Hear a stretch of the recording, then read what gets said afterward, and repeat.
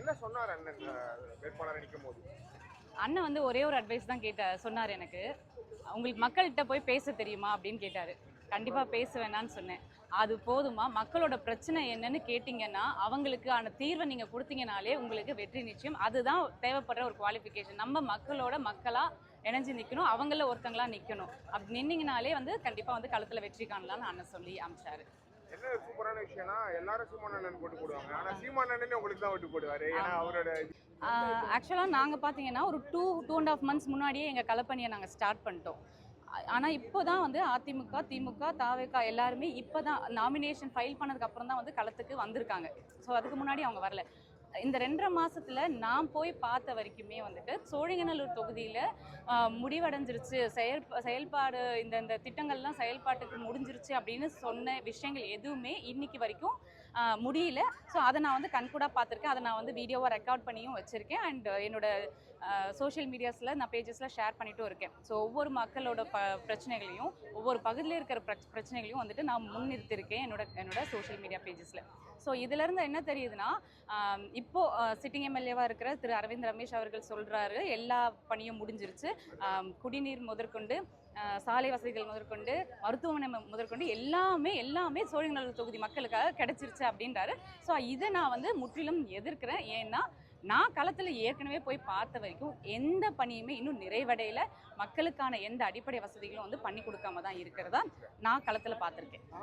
நான் வந்து களத்தில் டைரெக்டாக பயணிக்கல. நான் பின்னாடி பேக் எண்டில் ஐடி விங்கில் ஒரு பேக் எண்ட் சப்போர்ட்டாக தான் இருக்கேன். என்னோட ஃபேமிலியில் மெம்பர்ஸ்லாம் வந்துட்டு ஆக்டிவாக இருக்காங்க.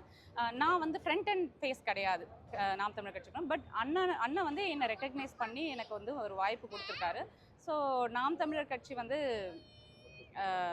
ஒரு கொள்கை ரீதியாகவும் சரி, ஒரு ரெஸ்பான்சிபிலிட்டி, நம்ம ஸ்டேட்டு, நம்ம தமிழ்நாடு, நம்ம தமிழ் மக்கள் அவங்களுக்காக நம்ம நிற்கணுன்ற அந்த ரெஸ்பான்சிபிலிட்டி எடுத்துக்கிறாங்க இல்லையா. ஸோ அந்த ஒரு ஃபேக்டருக்கு தான் நான் வந்து நாம் தமிழர் கட்சியை சூஸ் பண்ணியிருக்கேன். ஒரு டிசிப்ளின் ஆகட்டும், ஒரு மக்களை முன்னிறுத்துகிற விஷயமாகட்டும், மக்களுக்காக போராடுற விஷயமாகட்டும், எல்லாமே வந்து தமிழக மக்கள், தமிழ்நாடு, தமிழ் இதுக்காக வந்து முன்னிலைப்படுத்தப்படுற ஒரு நாம் தமிழர் கட்சிக்காக நான் கூட வந்து நிற்கிறதால நான் எப்பயுமே வந்து பெருமைப்படுறேன், சந்தோஷப்படுறேன். ஸோ தாவேகா நீங்கள் பார்த்தீங்கன்னா ஒரே ஒரு ஃபேஸ் தான். நீங்கள் வந்து ஈசிஆர் சரவணன், புஷியானன் அந்த மாதிரி மல்டிபிள் ஃபேஸ் எல்லாம் கிடையாது. இங்கே ஒரே ஒரு ஃபேஸ் தான், அது வந்து விஜய் அவர்களை வச்சு தான். ஸோ தாவேகானா விஜய், அவ்வளோதான் தெரியுது மக்களுக்கு. ஸோ அந்த விஜய்ன்ற பேருக்காக தான் வந்து மக்கள் கூடுறாங்க. இப்போ ஈசிஆர் சரவணன் நீங்கள் தெரியுதுன்னு சொல்லுவீங்க, அப்படியெல்லாம் கிடையாது. ஈசிஆர் சரவணன் எந்த கட்சியை சார்ந்து நிற்கிறாரு, எந்த கட்சியை ரெப்ரசென்ட் பண்ணுறாருன்னா தாவேகாவை ரெப்ரசென்ட் பண்ணுறாரு.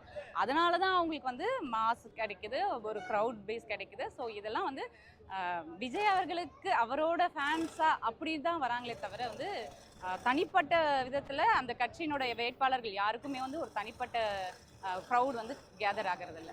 விஜய் அவர்களோட சிலையை வச்சு நிறைய சிலை ரெடி பண்ணியிருக்காங்க. அதை ரெடி பண்ணி அதை வச்சு ஓட்டு கேட்க போறாங்க. அண்ணன் சீமானவர்கள் ஊரா போய் ஒரு இடத்துல 5 வாகன பரப்புரை 2 பொதுக்கூட்டம் பேசுறாரு. ஆனா விஜய் வந்து டேரக்டா ஒரு சிலையை வச்சு எடுத்துட்டு போயிட்டு காமெடி பண்ணிட்டு இருக்காங்க. இந்த மாதிரியான விஷயங்களை எப்படி பாக்குறீங்க? தமிழ்நாடு அரசு ரொம்ப சிரிப்பா சிரிக்குதுன்னு நினைக்கிறீங்களா? நீங்களே சொல்லிட்டீங்க காமெடி பண்ணிட்டு இருக்காங்கன்னு. இதுக்கப்புறம் நான் என்ன சொல்றது? காமெடி தான் நடக்குது தான். மக்களுக்கு வந்து அது புரிஞ்சுக்கணும், மக்கள் வந்து கொஞ்சம் தெளிவாக யோசிக்கணும்னு தான் நான் நினைக்கிறேன். இந்த மாதிரி ஒரு காமெடி அரசியல் நமக்கு வந்து நெக்ஸ்ட் 5 இயர்ஸ்க்கு வந்து தமிழ்நாட்டில் நடக்க போகுது அப்படின்னா தமிழ்நாட்டோட நிலைமை எப்படி இருக்கும்னு யோசிச்சு பாருங்க. டெய்லி நம்ம சிரிச்சுக்கிட்டே இருக்கலாம். ஆனால் ஒவ்வொரு நாளுமே வந்து அவங்க பண்ற அந்த கட்சி உறுப்பினர்களும் அந்த கட்சி ஆதரிக்கிற மக்களும் சரி, அவங்க பண்ற காமெடியை வேணா நம்ம பார்த்து சிரிக்கலாம். ஆனால் இங்கே ஒரு ப்ராப்பரான அட்மினிஸ்ட்ரேஷன் நடக்குமா, ஒரு ப்ராப்பரான அரசியல் நடக்குமா அப்படின்னா, மக்களுக்கான அரசியல் நடக்குமானா அது ஒரு பெரிய கேள்விக்குறி தான். ஸோ வெற்றி வாய்ப்புன்னு பார்த்தீங்கன்னா, இது வரைக்கும் வந்து மக்கள் வந்து திராவிட கட்சிகளுக்கு ஓட்டு போட்டு ஜெயிக்க வச்சுருக்காங்க. கடந்த 50 ஆண்டுகளில் வந்து மக்களுக்கு வந்து எந்த விதமான முன்னேற்றமும் நடக்கல, எந்த விதமான அடிப்படை வசதிகளும் கிடைக்காத நிலையில தான் இன்னமும் இருக்காங்க. நம்ம பார்க்குறோம், சென்னை வந்து இந்த மெயின் ரோடு, பஸ் போகிற சாலையெல்லாம் வந்துட்டு இது மட்டும்தான் வந்து மக்களுக்கு தெரியுது. மக்களுக்கு தெரியாத இன்னொரு முகம் இருக்குது. ஸோ இந்த முகத்தை வந்து காமிக்கிறது வந்து நாம் தமிழர் கட்சி. ஸோ இதுக்கப்புறம் பார்த்தீங்கன்னா மக்கள் வந்து ரொம்ப அதிருப்தியில் தான் இருக்காங்க. இந்த திமுகவும் அதிமுகவும் ஆட்சி செஞ்சதுல எந்த விதமான பலனும் இல்லாமல் இருக்கிறதுனால கண்டிப்பாக வந்து மக்கள் வந்து ஒரு மாற்று கட்சிக்கு ஆதரவு தரணும்னு நினைக்கிறாங்க. அந்த மாற்று கட்சி நாம் தமிழர் கட்சியாக இருக்கணும்னு நினைக்கிறாங்க. ஏன்னா நாங்கள் முன்வைக்கிற கொள்கைகள் அப்படி, எங்களோட வாக்குறுதிகள் அப்படி இருக்குது. தொகுதியில் எல்லாமே பிரச்சனையாக தாங்க இருக்குது. இங்கே இந்த இடத்துல நிற்கிறோம் இல்லையா, இங்கேருந்து பக்கத்தில் ஒரு 500 மீட்டரில் இருக்கிற பெருங்குடி குப்பை கிடங்கு ஒரு பெரிய பிரச்சனை. நான் இந்த ஏரியாவில் 6 வருஷமாக இருக்கேன். எனக்கு பர்சனலாகவே வந்து எவ்வளோ உடல்நல பாதிப்படைஞ்சிருக்கு இந்த ஏர் பொல்யூஷனால, இந்த லேண்ட் பொல்யூஷனாலன்னு நான் ஃபீல் பண்ணியிருக்கேன். ஸோ இங்கே ஸ்டார்ட் பண்ணி இந்த பெருங்குடி குப்பை கிடங்கில் ஸ்டார்ட் பண்ணி பெரும்பாக்கம் வரைக்குமே வந்து எல்லாமே பிரச்சனை தான். குடிநீர், சாலை, மதுக்கடை பிரச்சனை, மருத்துவமனை இல்லை, சரியான மருத்துவர்கள் இல்லை, தண்ணி குடிக்கிற தண்ணி வந்து பேசிக்காக இன்னுமே வந்து மக்களுக்கு வந்து ஒரு ப்ராப்பராக சுத்தமான குடிநீர் கிடைக்கிறது இல்லை. ஸோ இது நிறைய இருக்குது. ஆக்சுவலாக லிஸ்ட் பண்ணோம்னா கோவிலம்பாக்கம் ஏரியெல்லாம் போய் பார்த்தீங்கன்னா ஏரி மாதிரியே தெரியல. அதுவும் வந்து ஒரு நிலத்தோட நிலமாக சேர்ந்த மாதிரி தான் இருக்குது. ஒரு ஏரிகள் கூட இன்னும் தூர்வாரப்படாமல் அப்படியே இருக்குது. இந்த ஏரிகளில் தூர்வாரி இருந்தாலே மக்களுக்கு கிடைக்க வேண்டிய குடிநீர் வந்துட்டு அழகாக ஃப்ரீயாக இலவசமாக கொடுத்துருக்கலாம், தரமாக கொடுத்துருக்கலாம். ஸோ இந்த மாதிரி பேசிக்காக மக்களுக்கு பண்ணி கொடுக்க வேண்டிய எந்த நல்ல விஷயங்களுமே இது வரைக்கும் பண்ணலை. கண்டிப்பாக நாம் தமிழர் கட்சி ஆட்சிக்கு வந்ததும் ஒவ்வொரு விஷயமா படிப்படியாக மக்கள் ஃபேஸ் பண்ணுற பிரச்சனைகள் ஒவ்வொன்றா நாங்கள் வந்து பிரச்சனைகளுக்கு வந்து ஒரு முற்றுப்புள்ளி வைப்போம், ஒரு தீர்வு கொடுப்போம்னு நாங்கள் வந்து நம்புகிறோம்.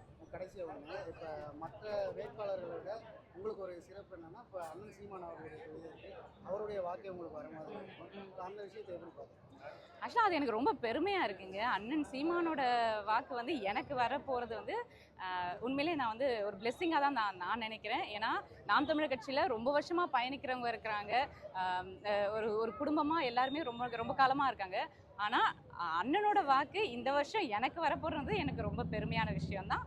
அது நான் உண்மையிலே வந்து ஆண்டவனுக்கும் நன்றி சொல்லியிருக்கேன், அண்ணனுக்கும் நன்றி சொல்லிக்கிறேன். வணக்கம், என் நேம் சரண்யா.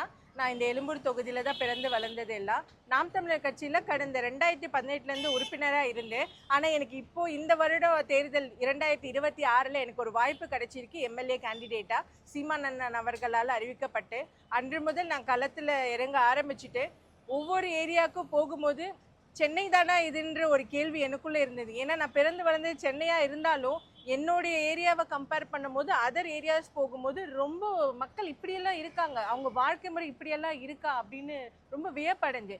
ஏன்னா மக்கள் வந்து இவ்வளோ நாகரிகம், சென்னைனா சிட்டி ஆஃப் மெட்ரோபாலிட்டன் சிட்டின்னு சொல்கிறாங்க. பட் ஆனால் இங்கே வந்து பார்த்தீங்கன்னா அந்த சென்னையோட தலைநகரம் வந்து ஒரு இப்படிப்பட்ட இடத்துல மக்கள் வசிக்கிறாங்க, அவங்களோட நிலைமை இப்படி இருக்குன்றது வெளியே தெரிய வர மாட்டேங்குது. மீடியாக்கள் அந்த ஏரியாவை வந்து கவர் பண்ணுறது இல்லை. வெறும் இந்த மெயின் ரோட்டில் இருக்க புருஷவாக்கம், கீழ்ப்பாக்கம் அந்த மாதிரி ஏரியா மட்டும் தான் கவர் பண்ணுறாங்க நாகரிகமான நகரம்ன்ட்டு. ஆனால் உள்ள இன்டீரியராக இப்போ இந்த புதுப்பேட்டை உள்ளே ஒரு லொக்கேஷன் இருக்குது, நான் கேம்பெயின் போகும்போது பார்த்து இன்னும் அவங்களுக்கு கழிப்பிடம் இல்லை. பெண் பிள்ளைங்க எப்படி போவாங்க? ஒரு ஆத்திர அவசரத்துக்கு ஒதுங்கிறதுக்கு ஒரு இடம் இல்லை. அந்த கவர்மெண்ட் கழிப்பிடம் இருக்குது, அது சுத்தமாகவும் இல்லை, அது சரியான நேரத்துக்கு திறக்கிறதும் இல்லை. நைட் டைமில் பார்த்திங்கன்னா பூட்டியே இருக்குது. அதனால் பெண்கள் ரொம்ப சிரமப்படுறாங்க. இப்படி ஒரு தொகுதியில் எனக்கு கிடச்சிருக்கு. எனக்கு ஒரு வாய்ப்பு கிடைச்சிதுன்னா இந்த தொகுதியை நான் இதை விட சிறப்பாக மாற்றுவேன். ஏன்னா எனக்குள்ள ஒரு தாக்கம் இருக்குது, வலி இருக்குது. நம்ம பிறந்த ஏரியா இப்படி ஒரு கேவலமான நிலைமையில மக்கள் வாழ்கிறாங்களே, அவங்களோட வாழ்க்கை முறை யார் மாற்றுறது? மாற்றி திமுக அதிமுக ஆட்சிக்கு போட்டு 60 வருஷம் காலமாக பூர்வக்குடியான சென்னை மக்கள் இப்படி வாழ்ந்துட்டு இருக்காங்க. அவங்களுக்கு ஒரு நாகரிகம் இல்லாத, சுத்தம் இல்லாத நகரமாக இருக்கிறது. ஏன் நாம் தமிழர் கட்சி? நான் 2018 இதில் தான் இருந்தேன்.